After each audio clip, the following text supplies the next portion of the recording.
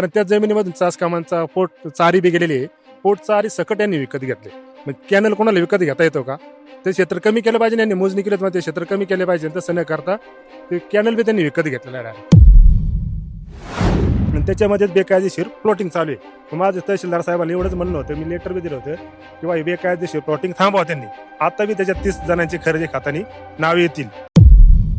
हा बी दिशाभूल करणारा आदेश आहे, कारण याच्यात तारीख नाही, याच्यावर सही आहे पण शिक्का नाही. मग कोर्टाचा दावा चालू असताना ही त्यांच्या मनानेच मोजितात, त्यांच्या मनानेच कपत्रक बनवतात. मग हे अन्यायकारक आहे ना. ज्या अधिकाऱ्यांवरती तुम्ही आरोप लावताय, तहसीलदार असेल किंवा महसूल प्रशासन असेल किंवा पोलीस प्रशासन असेल, जे कोणी असेल, त्या प्रशासनावरती लावलेल्या आरोपांची संपूर्ण जिम्मेदारी तुम्हाला घ्यावी लागेल. हो, घेतो ना. नमस्कार मित्रांनो, काही दिवसांपूर्वी आपण इंस्टाग्रामवरती एक व्हिडिओ पाहिला होता, ज्याच्यामध्ये एक सामान्य शेतकरी जो आहे तो प्रशासनाशी लढताना आपल्याला दिसला. त्याच्यामध्ये त्यांनी काही गंभीर आरोप देखील केले. ही घटना आहे रांजणगाव परिसरातील खंडाळे या गावामधील. शिरूर तालुका आहे. त्या ठिकाणी एक शेतकरी होते, ते आज आपल्या सोबत आहेत. त्यांचं नाव सांगा, सगळ्यात पहिला आपला परिचय करून द्या. हॅलो, मी राजेंद्र गुलाब आबनावे, राहणार खंडाळे, तालुका शिरूर, जिल्हा पुणे. आता तुम्ही त्या दिवशी आम्ही पाहिलं इंस्टाग्रामवरती तुम्ही एक पोस्ट केली होती, त्याच्यामध्ये तुम्ही शिरूरच्या महसूल प्रशासनावरती खूप गंभीर प्रश्न निर्माण केलेले आहेत. नेमका काय विषय होता तो सविस्तरपणे सांगा. आमची खंडाळा गावामध्ये जमीन आहे, गट नंबर 206. काही क्षेत्र प्रकल्पग्रस्त धरणग्रस्तांना दिले होत्या, पण त्यांना ती जमीन 8 शर्तीवर दिली होती. 8 शर्तीवर जमीन दिली होती आणि त्यानंतर ते 20-25 वर्ष कधी त्या जमिनीमध्ये वहिवाटीसाठी आले नाही. त्यांनी आम्हाला विचारपूस न करता डायरेक्ट मोजणीसाठी अर्ज केला. मोजणी करून त्याचं कपत्रक बनवून विकून टाकली. त्यांनी विकल्याच्या नंतर त्यांनी त्या क्षेत्रामध्ये बेकायदेशीर प्लॉटिंग चालू केले. आणि भांडण त्या दिवशी एवढंच होतं की आम्हाला नोटीस न देता त्या जमिनीत ते ताबा करीत होते. एवढीच आम्ही विचारणा करतो सर्कल मॅडमला की आधी आम्हाला नोटीस द्या, त्याच्यानंतर आमचं म्हणणं मांडण्यासाठी आम्हाला तहसीलदारापाशी मदत द्या. पण त्यांनी नोटीस नाही दिली, काय नाही दिली, तसा दबाव आणून आमच्याकडून ती जमीन त्यांच्याकडे घेतली ती. बरं.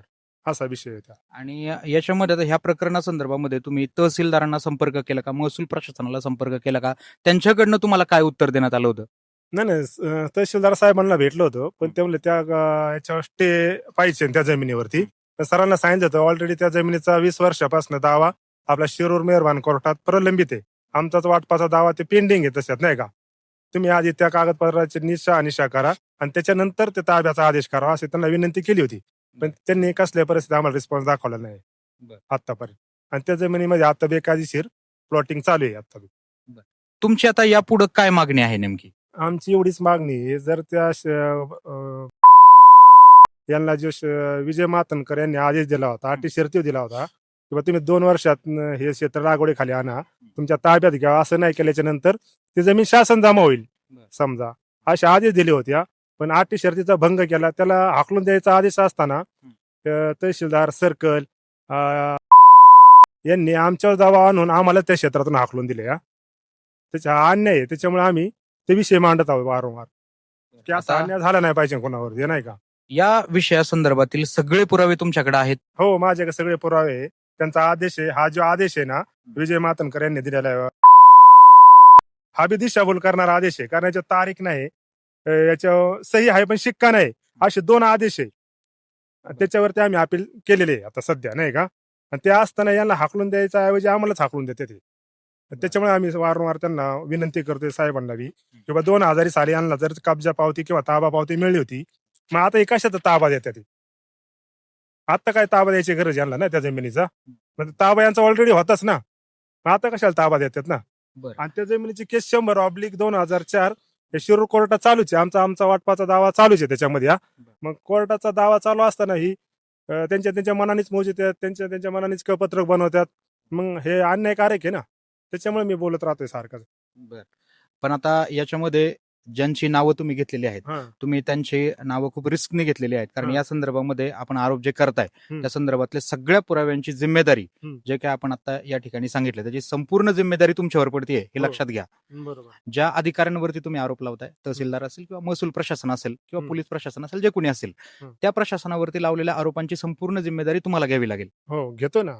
आपल्याकडे पुरावे जर ते खोटा असेल ना, समजा काय कायदेशीर कारवाई होईल त्याला मी तयार राहतील. पण माझे जे पुरावे त्याच्यावर त्यांनी निर्णय द्यावा, असं माझं वैयक्तिक मत आहे. कारण त्या जमिनीमधून चासकामांचा पोट चारी बी गेलेली आहे. पोट चारी सकट यांनी विकत घेतले. मग कॅनल कोणाला विकत घेता येतो का? ते क्षेत्र कमी केलं पाहिजे, यांनी मोजणी केली तर ते क्षेत्र कमी केले पाहिजे. तसं न करता ते कॅनल बी त्यांनी विकत घेतलेलं आहे डायरेक्ट, आणि त्याच्यामध्ये बेकायदेशीर प्लॉटिंग चालू आहे.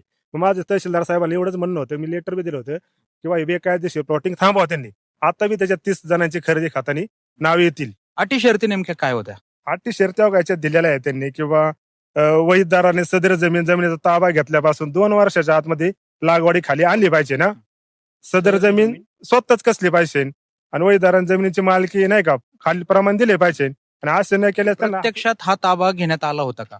प्रत्यक्षात खंडाळा गावामध्ये कोणत्याच धरणग्रस्ताला शासन आणि प्रशासन यांनी प्रत्यक्ष येऊन ताबे दिले नाही. सगळे जे ताबा पावती, कब्जे पावती, ही सगळी कागदपत्रे आहे. प्रत्यक्षात येऊन कोणत्याच धरणग्रस्ताना कोणताच धरणग्रस्त खंडाळा गावामध्ये येऊन शेती केलेली नाही. ठीक आहे. तर या म्हणजे याची चौकशी झाली पाहिजे प्रत्येक धरणग्रस्ताची. तर यांनी जे काही मुद्दे मांडलेले आहेत, निश्चितपणे शिरूर कट्टा कोणत्याही मुद्द्यांची पुष्टी करत नाही, परंतु या प्रकरणावरती वरिष्ठांनी देखील लक्ष दिलं पाहिजे. प्रशासन जर यामध्ये जर जिम्मेदार असेल, प्रशासनावरती कारवाई झाली पाहिजे. परंतु जर ह्यांनी जर चुकीचे आरोप लावले असतील तर 100% या गृहस्थांवरती देखील कारवाई झाली पाहिजे. परंतु या प्रकरणाची निष्पक्ष चौकशी व्हायला हवी, असं तरी आम्हाला तरी वाटतंय. भेटूयात एका नवीन विषयासह, नवीन व्हिडिओसह. तोपर्यंत धन्यवाद.